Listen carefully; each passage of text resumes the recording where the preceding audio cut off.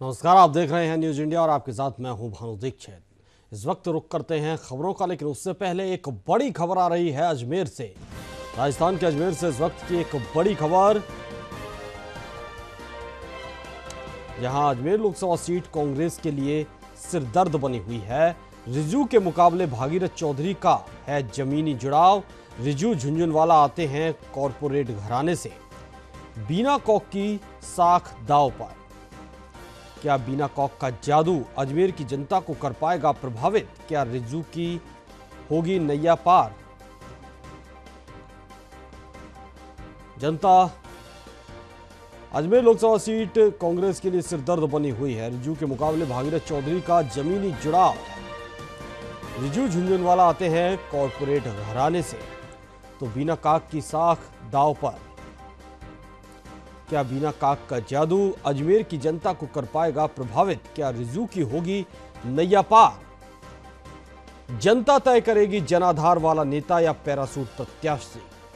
Ajmer Lok Sabha seat Congress के लिए सिरदर्द बनी हुई है। रिजू के मुकाबले भागीरथ चौधरी का है। उधर रिजू झुंझुनवाला कॉरपोरेट घराने से आते हैं, तो बीना काक की साख दांव पर है इस बार। क्या बीना काक का जादू अजमेर की जनता को प्रभावित कर पाएगा? क्या रिजू की होगी नैया पार? जनता तय करेगी जनाधार वाला नेता या पैरासूट प्रत्याशी। रिजू झुंझुनवाला के मुकाबले भागीरथ चौधरी का जमीनी जुड़ाव है, तो उधर रिंजू झुंझुनवाला कॉरपोरेट घराने से आते हैं। बीना काक की साख इस बार दांव पर है। क्या बीना काक का जादू अजमेर की जनता को प्रभावित कर पाएगा? क्या रिजू की होगी नैया पार? ये तमाम सवालात हैं। इस बार जनता तय करेगी। हालांकि जनाधार वाला नेता से चाहिए या पैरासूट प्रत्याशी, किसे पसंद करती है जनता, ये वक्त बताएगा। लेकिन रिजू के मुकाबले भागीरथ चौधरी का जो है वो जमीनी जुड़ाव है। जमीन से जमीनी हकीकत वो पहचानते हैं, जुड़े हुए नेता हैं जमीन से। तो बीना काक का जादू अजमेर की जनता को प्रभावित कर पाएगा या नहीं, ये बड़ा सवाल है। रिजू की नैया पार होगी या नहीं, इस पर ज्यादा जानकारी के लिए हमारे संवाददाता अतुल एहसास हमारे साथ जुड़े हुए हैं। जी अतुल जी, बेहद दिलचस्प मुकाबला होने वाला है अजमेर लोकसभा सीट का, लेकिन वहीं कांग्रेस की मुश्किलें भी इससे बढ़ती हुई दिखाई दे रही हैं। देखिए भानु, सबसे बड़ी क्या है कि जहां पर भाजपा ने भागीरथ चौधरी को भाजपा को टिकट दिया था, भाजपा ने जब टिकट दिया था भागीरथ चौधरी को, सब लोगों के सामने बहुत सारे ये सवाल उठ गए थे कि किशनगढ़ से ये ताल्लुक रखते हैं, किशनगढ़ के एमएलए रहे हैं, अजमेर से इनको टिकट दिया है। और अजमेर से टिकट देने के बाद भाजपा के खेमे में बहुत बड़ी सुगबुगाहट थी कि भागीरथ चौधरी को दे। और उस समय एक सबसे बड़ा यक्ष प्रश्न ये खड़ा हो गया था कि क्या भाजपा ये सीट निकाल पाएगी या नहीं निकाल पाएगी। क्योंकि पिछले जब जो हमारे उपचुनाव हुए थे, जिसमें रघु शर्मा ने जिस तरीके से जीत हासिल करी थी, जितने लाखों वोटों से जीत हासिल करी थी, उससे लग रहा था कि कांग्रेस का अपना एक प्रभुत्व है, कांग्रेस अपने प्रभुत्व के साथ खड़ी होगी और यहाँ पर फिर इस सीट को निकाल लेगी। और उसी बीच में जब ये अजमेर की सीट पे कश्मकश चल रहा था, कहीं ना कहीं उप मुख्यमंत्री और मुख्यमंत्री के बीच में ये कश्मकश चल रहा था कि जिसको खड़ा किया जाए। रघु शर्मा को ये मौका दिया गया, तो रघु शर्मा ने कहा नहीं, आप मेरे बेटे को मौका दे दीजिए। इसी बीच में और भी बहुत सारे ऐसे नेता थे जिनको मौका दिया देने की बात चल रही थी अजमेर से। और इसी बीच में एक नाम निकल कर आते हैं रिजू झुंझुनवाला।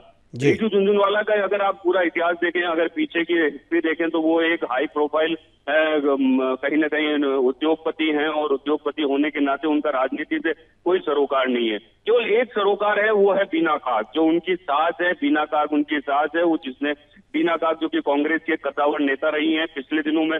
परंतु अब उनकी क्या पकड़ है, ये देखने की बात है। सबसे बड़ी बात कि भागीरथ चौधरी की अगर आप जमीनी स्तर पर देखेंगे तो उनकी इतनी जबरदस्त पकड़ है। कहीं ना कहीं गांव के किसान का नेता है, किसान की तरीके से बात करता है, गांव के लोगों से बात करता है, गांव के साथ जमीनी स्तर पर बात करता है। उधर रिजू झुंझुनवाला को देखा जाए तो एक वो हाई प्रोफाइल नेता के रूप में वहां पर प्रदर्शित हो रहे हैं। एक बहुत बड़े उद्योगपति के रूप में लोगों के बीच में उनकी पहचान बनाई जा रही है। कहीं गाए बगाए वो जो अपनी भाषण है, जो गांव और देहात में जब भाषण देते हैं, तो उनके अंदर एक वो अपनत्व की भावना, उस माटी की सुगंध कहीं नजर नहीं आती। और अगर उस माटी की सुगंध के साथ अगर वो नहीं लड़ पा रहे, तो कहीं ऐसा लगता है कि कांग्रेस की सीट कहीं ना कहीं अपने आप में अदरजूल में झूल रही है भानु। जी अतुल, जब इन्होंने रिजू झुनझुनवाला पर कांग्रेस ने दाव लगाया है और रिजू झुनझुनवाला जैसा कि आपने बताया सिर्फ अपनी सास की पहचान बनाए हुए हैं, राजनीतिक जमीन जो है उनकी सास ने जो बना दी थी उस पर वो खड़े हुए हैं, अपना कोई जनाधार नहीं है, अपना कोई वर्चस्व इतना बहुत बड़ा नहीं है। आखिर जनता, एक सवाल उठता है यहां, जनता भले ही रिजू झुनझुनवाला कॉरपोरेट घराने से हैं, लेकिन जनता उन्हें क्यों चुने? जब जमीनी स्तर से भागीरथ चौधरी जुड़े हुए हैं, जो जनता के हर दुख दर्द को समझ सकते हैं, जनता की छोटी छोटी परेशानियों को समझ सकते हैं, अगर जनता जो पब्लिक है बाद में अगर उनके पास जाती है तो उनकी शायद समस्या का समाधान निकलेगी, तो जनता रिजू झुनझुनवाला को ऐसे में क्यों चुने? और ये जरूरी भी नहीं है कि वो बाद में अजमेर में ही रहे ना रहे।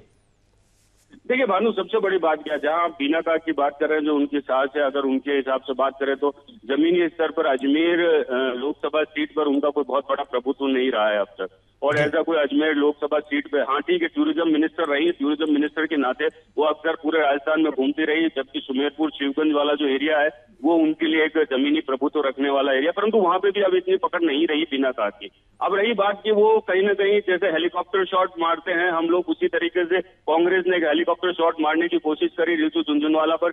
और रिजू झुनझुनवाला एक अपनी तरफ से एक बात ये भी कहते हैं कि मैं युवा हूँ, राहुल गांधी युवा चेहरा लाना चाहते हैं।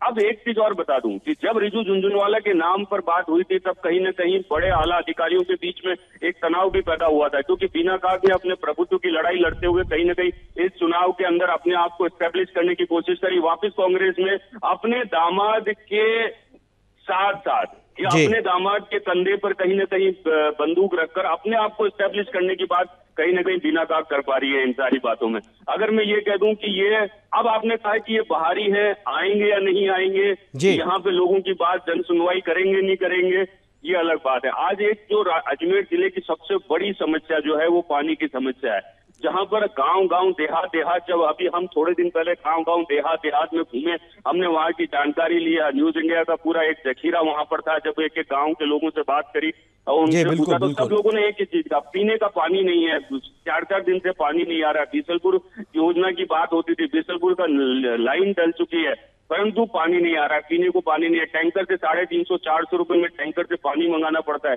पानी सोने से ज्यादा कीमती हो गया उन लोगों के लिए। क्या ये जो जमीनी हकीकत है, बिजली नहीं है, बिजली की अभी भी समस्याएं हैं, रोड चलिए फिर भी ठीक कर दी है पिछले कुछ सालों में। बाकी जो किसानों के मूल्य की बात है, किसानों के समर्थन मूल्य की बात है, किसानों को बिजली की बात है, किसानों के लिए पानी की बात है, किसानों के लिए बाकी जो कर्ज माफी की बात है, ये सारी चीजें अभी रिजू झुनझुनवालों को राजनीतिक पैतरे सीखने पड़ेंगे।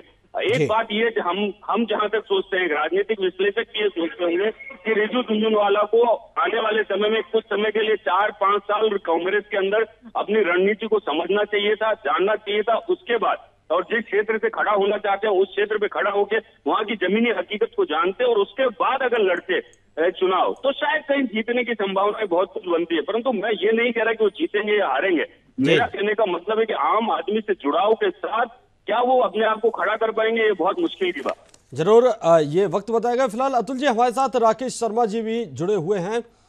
राकेश जी, रिजू झुनझुनवाला चुनावी मैदान में उतर चुके हैं, लेकिन उनका उतना बड़ा कोई राजनीति में वर्चस्व नहीं है, उतनी बड़ी कोई पहचान नहीं है जितनी बड़ी उनके सामने खड़े बीजेपी के भागीरथ की है। अगर भागीरथ चौधरी जमीन से जुड़े हुए नेता माने जा रहे हैं तो वहीं रिजू झुनझुनवाला सिर्फ अपनी सास के द्वारा जो चुनावी प्लेटफॉर्म एक तैयार कर दिया था उस पर लड़ रहे हैं, और वो प्लेटफॉर्म भी कहीं ना कहीं खिसकता नजर आ रहा है। देखिए, सबसे बड़ी बात यह है भानु, इन तमाम चीजों के बीच में एक चीज और गौर करने वाली, हालांकि पूरी जन्म कुंडली ये भी अतुल जी ने पूरी खोल दी है, किस तरीके से टिकट आया, किस तरीके से राजनीतिक दाव पे चले जा रहे हैं, किस तरीके से कौन बाहरी है, तमाम आरोप है। लेकिन इन सब के बीच में एक तथ्य और भी है, तमाम राजनीतिक पार्टी ये दावा करती है कि हम धनबल और बाहुबल से दूर रहेंगे और कहीं न कहीं आदर्श आचार संहिता का उल्लंघन करते हुए इन तमाम चीजों को ध्यान में रखते हुए अपने प्रत्याशियों का चयन करेंगे। देखिए भानु, सबसे बड़ी बात ये, सालों से जो कार्यकर्ता पार्टी के कार्यालयों में जाकर के दरीपट्टी बिछाने का काम कर रहा है, पार्टी के हर संघर्ष में नारेबाजी कर रहा है, हर धूप गर्मी छांव तमाम जगहों पर जहां जहां पार्टी का विरोध होता है वहां पर लड़ता है, पार्टी के नेताओं के साथ खड़ा होता है, उस पार्टी के कार्यकर्ताओं को तब दरकिनार कर दिया जाता है और अचानक से आपके ऊपर आदेश आता है कि कहीं पायलट प्रत्याशी आपके ऊपर उतारा जा रहा है, जो कहीं ना कहीं धनपति है, बाहुबली है। इन तमाम चीजों को लेकर तमाम राजनीतिक पार्टी अपने अपने दावे करती है कि हम बिल्कुल जो आम कार्यकर्ता है, छोटा कार्यकर्ता है, हम उसके ऊपर तक पहुंचते हैं। एक छोटा व्यक्ति सीएम बन गया, एक छोटा व्यक्ति प्रधानमंत्री, तमाम चीजें ये सब कागजी बातें हो चुकी है। जिस तरीके से रिजू झुनझुनवाला को टिकट दिया गया है, साफ तौर पर इंगित होता है धनपति है, उद्योगपति है, और कहीं ना कहीं उद्योगपति के लिहाज से एक वो चेहरे को भुनाने का प्रयास है, जो कहीं ना कहीं बिना काग के राजनीतिक वर्चस्व को भी खड़ा करता है। बिना काग उनकी साथ है, और कहीं ना कहीं अपने आप को, जिस तरीके से राजस्थान में कांग्रेस सरकार आई है, लेकिन इस कांग्रेस सरकार में बिना काग की एंट्री नहीं के बराबर मानी जा रही है। उस नहीं के बराबर की एंट्री को कहीं ना कहीं एक स्थापित करने के लिए बिना काग पूरी तरह से इस माहौल में लगी हुई है कि उनके दामाद जो है चुनाव जीत करके संसद में पहुंचे। लेकिन सबसे बड़ी बात है उस आम कार्यकर्ताओं का क्या होगा, जिस तरीके से विरोध देखने को मिल रहा है भानु। तमाम कार्यकर्ता, जो छोटा कार्यकर्ता कहीं ना कहीं एकजुट होकर के संसदीय चुनाव में खड़ा होता था, पार्टी के कैंडिडेट के साथ में खड़ा होता था, अचानक से उसके ऊपर आपने कैंडिडेट थोप दिया। और अब हालात ये है कि पार्टी के अंदर खाने इतनी ज्यादा बगावत हो चुकी है कि छोटे से छोटा कार्यकर्ता भी, कोई भी कार्यक्रम हो, वहां पर जनसंपर्क का हो, प्रचार का हो, सबने विरोध का बिगुल फूंक दिया है। और कहीं ना कहीं कांग्रेस के लिए ये बहुत टेढ़ी घड़ी के तौर पर, संकट के तौर पर ये चीज आ सकती है भानु। जी राकेश, जब एक बाहरी प्रत्याशी को लाया जाता है, बाहरी प्रत्याशी को उतारा जाता है, तो कहीं ना कहीं जो स्थानीय प्रत्याशी हैं या स्थानीय कार्यकर्ता हैं उनके, उन सब में कहीं ना कहीं विरोध की भावना देखने को मिलती है, और ये विरोध की भावना एक बड़ा असर डाल सकती है आपके नतीजों पर। और जब यहां पर रिजू झुनझुनवाला को लाया गया है, तो इससे बीजेपी की स्थिति कितनी मजबूत दिखाई देती है? देखिए, भागीरथ चौधरी अपने आप में बड़ा नाम है, और भागीरथ चौधरी उस तबके से आते हैं जो कहीं ना कहीं कार्यकर्ता से लेकर के ऊपर तक पहुंचा है, और उस स्थिति में जाकर के पहुंचा जब उसने कहीं ना कहीं पार्टी ने खुद ने उसके ऊपर भरोसा किया और संसदीय चुनाव को लेकर के टिकट दिया। भागीरथ चौधरी की कार्यकर्ताओं में पकड़ है, जाट समुदाय से आते हैं, कहीं ना कहीं जो सांवरमल जाट ने जिस तरीके से वहां पर सचिन पायलट को हरा करके ऐतिहासिक जीत दर्ज की थी, कहीं ना कहीं कांग्रेस को नुकसान अभी भूली भी नहीं होगी कि कांग्रेस ने गलती और कर दी है। रिजू झुनझुनवाला को लेकर के कभी कोई चर्चाएं इस प्रकार की आम नहीं हो पाई, इस प्रकार की चीजें सामने नहीं आ पाई। तमाम चीजें राजनीतिक दांवपेच क्या रहेंगे, राजनीतिक प्रतिनिधित्व अब तक उनका क्या था, कौन कौन से कार्यक्रमों में भाग लिया, यानी कि कहीं ना कहीं कांग्रेस के राजनीतिक इतिहास में रिजू झुनझुनवाला कहीं ना कहीं इस्टेब्लिश होते हुए अभी तक दिखाई नहीं पड़ा। अचानक से आप उनके लिए टिकट की घोषणा कर देते हैं, और तमाम कार्यकर्ता हक्के बक्के रह जाते हैं जो सालों से मेहनत कर रहे थे। भागीरथ चौधरी वो नेता है जो जमीनी स्तर पर एक एक कार्यकर्ताओं को, भागीरथ चौधरी के बारे में ये सूचना भी हमारे पास में भानु, उनकी ये खासियत भी है कि जिस कार्यकर्ता से एक बार मिल लेते हैं, कहीं ना कहीं अगली बार जब मीटिंग होती है तो बाकायदा बाय नेम उसको बुलाते हैं, याद करते हैं। यानी कि अपने आप में कार्यकर्ताओं से जुड़ाव है, जो संपर्क है, भागीरथ चौधरी का अद्भुत है। और कहीं ना कहीं भागीरथ चौधरी आज के हालात में लीड कर रहे हैं। रिजू झुनझुनवाला भले ही उद्योगपति हैं, तमाम चीजें हैं, कांग्रेस पार्टी के प्रत्याशी हो चुके हैं, लेकिन अगर राजनीतिक गणित के तौर पर, राजनीतिक विश्लेषण के तौर पर आकलन किया जाए तो रिजू झुनझुनवाला फिलहाल भागीरथ चौधरी से बहुत पीछे हैं। कार्यकर्ता उनके साथ में नहीं है, पार्टी का जो अंदर खाने बगावत चल रही है, पार्टी से एक बड़ा धड़ा पार्टी से नाराज है। ऐसे में जो असंतुष्ट खेमा है भागीरथ झुनझुनवाला के खिलाफ एक पूरा मोर्चा खोले हुए हैं, और सीधी सी बात है, भीतरघात अगर आपके खिलाफ होती है तो आप किसी भी प्रकार से चुनाव जीतने लायक नहीं बचते हैं। जी हमारे साथ अतुल एहसास भी हैं, हमारे वरिष्ठ संवाददाता। अतुल जी, आप राजनीतिक विश्लेषक भी हैं, एक बड़े तौर पर जाने जाते हैं, तो अभी जो हम बातचीत कर रहे थे राकेश से, उन्होंने कहा कि इतनी बड़ी कोई बहुत खास उनकी जो सास हैं उनकी राजनीतिक जमीन भी नहीं है, और रिजू झुनझुनवाला बाहरी प्रत्याशी भी हैं, भागीरथ चौधरी के सामने कहीं टिकते भी नहीं हैं, अभी उनको और अपने दांव पे सीखने होंगे राजनीति के। तो आखिर राहुल गांधी जब हर एक सीट पर सर्वे कर कर टिकट बांट रहे हैं, जब यह सुना जाता है कि राहुल गांधी बेहद ही संजीदा हैं इस बार टिकटों को लेकर, तो फिर ऐसा क्या देखा उन्होंने रिजू झुनझुनवाला में जो उनको अजमेर सीट से, जो इतनी अहम और मुख्य सीट है, वहां से टिकट दे डाला? देखिए, दो चीजें हैं, मैं आपको एक चीज बताता हूँ। जहां पर राहुल गांधी का अपना एक सपना है कि युवा प्रतिभाएं आगे आए, युवा प्रतिभा आके आप कमान संभालें, पुराने नेतृत्व के लोग जो है वो केवल इनको एक सहारे के रूप में खड़ा करें, और खड़ा करके और एक नए नेतृत्व की लड़ाई के साथ आगे बढ़े। ये राहुल गांधी की सोच है, अच्छी सोच है, युवाओं को आना चाहिए, क्योंकि राजनीति में जब युवा मन आएंगे तो कहीं नई राजनीति करवट लेगी, नई राजनीति के नए पैतरे लोगों तक पहुंचेंगे, नई सोच आएगी। आज राजीव गांधी जब आए थे हिंदुस्तान में, तब कहीं ना कहीं वैज्ञानिक युग का दौर हमारे बीच आया था, कंप्यूटर युग का दौर हमारे साथ आया था। तो ये जो सोच है, ये सोच युवा मन के साथ आनी चाहिए। और ये सोच के लिए हम मना नहीं कर रहे, परंतु इस युवा सोच को लाने से पहले पार्टी आलाकमानों को ये सोचना चाहिए कि वाकई में ये जो व्यक्ति हम जहां पर उम्मीदवार के लिए खड़ा कर रहे हैं, 5 साल के लिए राजस्थान की सरजमीन अजमेर पे खड़ा कर रहे हैं, उस जगह पे खड़ा कर रहे हैं जहां पर हम मिशन 25 की लड़ाई लड़ रहे हों, और अगर इस तरीके से टिकट बांटे जा रहे हैं तो कहीं ना कहीं उस मिशन 25 पर सेंधमारी होगी, 100% सेंधमारी होगी। वो मिशन 25 का जो दौर है वो कामयाब नहीं हो पाएगा। परंतु बात इतनी सी, मैं एक चीज ये भी जानता हूँ, हम ये नहीं कह रहे कि रितु झुनझुनवाला खराब है, सही है, उद्योगपति है, बहुत पैसे वाले हैं, इन सारी चीजों पर हम चर्चा नहीं करना चाहते। हम केवल ये चर्चा करना चाहते हैं, कांग्रेस या चाहे बीजेपी हो, हम केवल ये आईना दिखाना चाहते हैं कि जिस भी उम्मीदवार को आप खड़ा करें, उस उम्मीदवार को जमीनी स्तर पर पहले लेकर आए, जमीनी स्तर पर लोगों से मिलाएं, जमीनी स्तर पर लोगों को ये जाने कि ये वाकई में अजमेर की धरती क्या मांगती है। आम आदमी, जिस तरीके से राकेश कह रहे थे, राकेश का एक बहुत अच्छा कटाक्ष था कि जो दरी पट्टी उठा रहा है इतने सालों से, उस आदमी ने क्या गलती करी है, वो क्यों नहीं उस जगह का एक प्रमुख बन के आगे आ सकता है। बिल्कुल बिल्कुल अतुल जी, बड़ा सवाल यही है। आपको लग रहा है कि अगर रितु झुनझुनवाला को अगर लेकर आए हैं, उनको लेकर आने के बाद, परंतु हमारा जो सोचना है कि एक जो भी सांसद जो दिल्ली दरबार में बैठेगा, दिल्ली दरबार में बैठ के देश के प्रतिनिधित्व के बीच में बैठेगा, अगर अजमेर जिले के प्रतिनिधित्व को सही ढंग से कामयाब रूप से नहीं लेके आएगा, वो इसलिए नहीं लेके आ पाएगा क्योंकि वो वहां के जमीनी जुड़ाव के साथ नहीं जुड़ा हुआ। अगर वो जुड़ा हुआ होता तो वो कहीं ना कहीं अपनी बात रखने में कामयाब होता। वहीं अगर भागीरथ चौधरी की बात की जाए तो वो अपने जमीनी जुड़ाव के साथ लोगों के बीच में बात रखने में, संसद में अपनी बात रखने में अपने आप को कामयाब महसूस करेंगे। हम लोगों का सोचना है कितना सा है। जी अतुल जी, आप और न्यूज इंडिया की टीम अजमेर में है, वहां लोगों का मन टटोलने की आपने कोशिश की थी, लोगों से जानने की कोशिश की थी कि जमीनी नेता के तौर पर किसे पसंद करते हैं, अपना किसे नेता पसंद करते हैं। क्या लगता है, क्या यहाँ जातिगत हावी रहेगा? देखिए भानु, मैं आपको एक चीज बताता हूँ, जातिगत मुद्दे तो करीब करीब सब जगह जमीनी रूप पर कहीं ना कहीं हावी रहते हैं। जैसे अब पिछली बार जब अजमेर की सीट थी सावरलाल जाट की, अपना प्रभुत्व की सीट थी, सावरलाल जाट ने लंबे समय तक उस पर अपने अधिकार के रूप में काबिज किया। उसके बाद पिछली बार उनके बेटे को वहां से खड़ा किया गया, वो नहीं जीत पाए, और उसके बाद रघु शर्मा ने बहुत लंबे वोटों से जीत हासिल करी।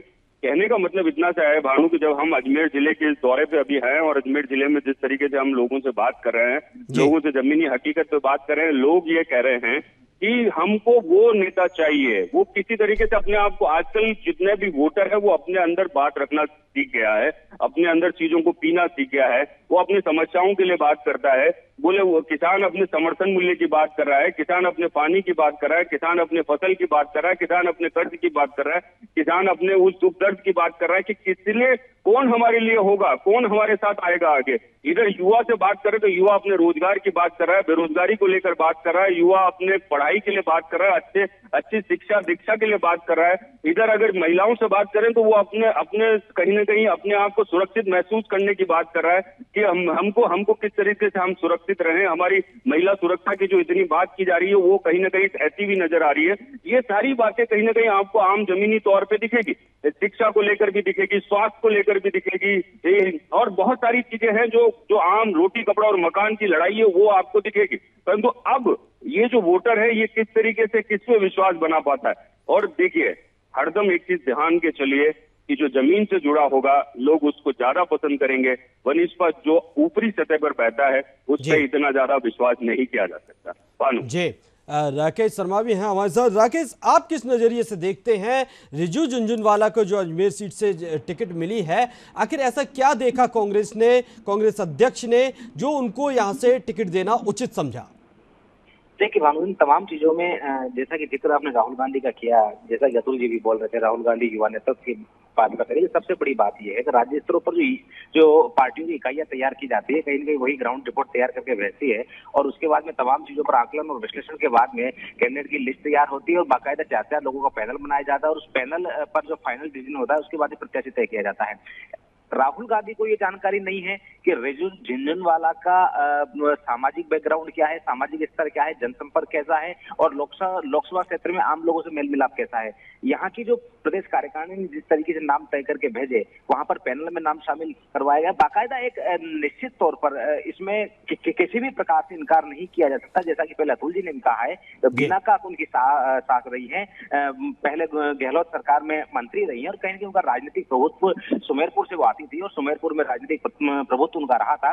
उसी राजनीतिक प्रभुत्व का इस्तेमाल करते हुए दिल्ली तक संपर्क, चूंकि पुरानी नेता है कांग्रेस की, इसलिए दिल्ली तक संपर्क अच्छे और कहीं पैनल में नाम जुड़वाने में अहम भूमिका जो रही है वो बिना का की रही है।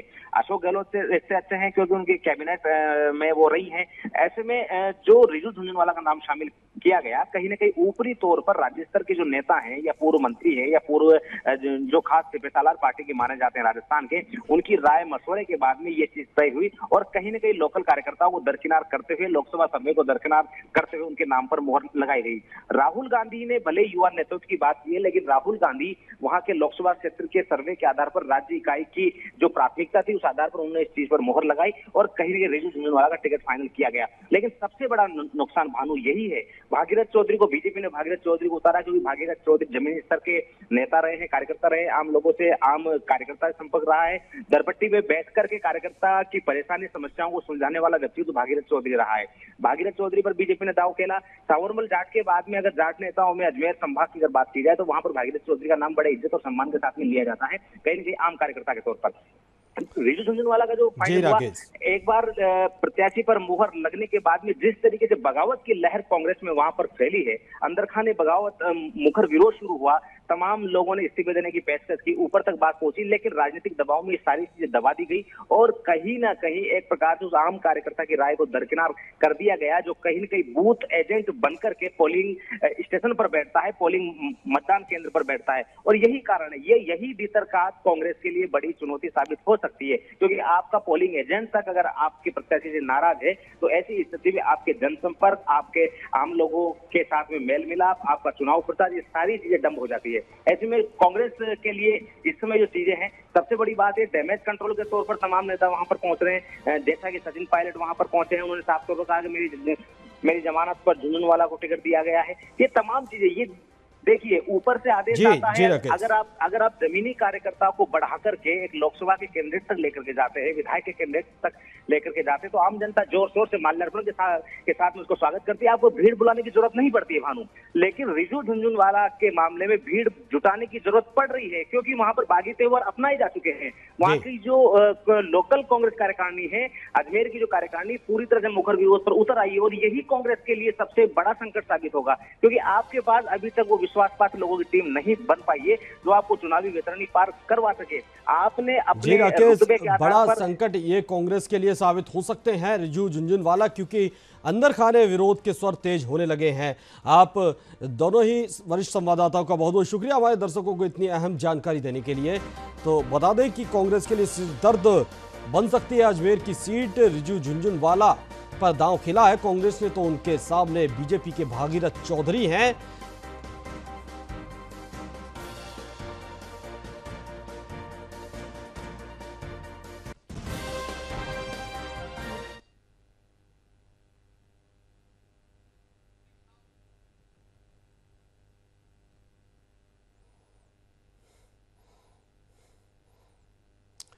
तो उधर लोकसभा चुनाव में प्रदेश की सभी 25 सीटों पर पैनी नजर रखने के लिए कांग्रेस पार्टी का वॉर रूम बनकर तैयार हो गया है। कांग्रेस मुख्यालय के प्रथम तल पर बना हाईटेक वॉर रूम सभी आधुनिक सुविधाओं से सुसज्जित है। एक रिपोर्ट देखिए।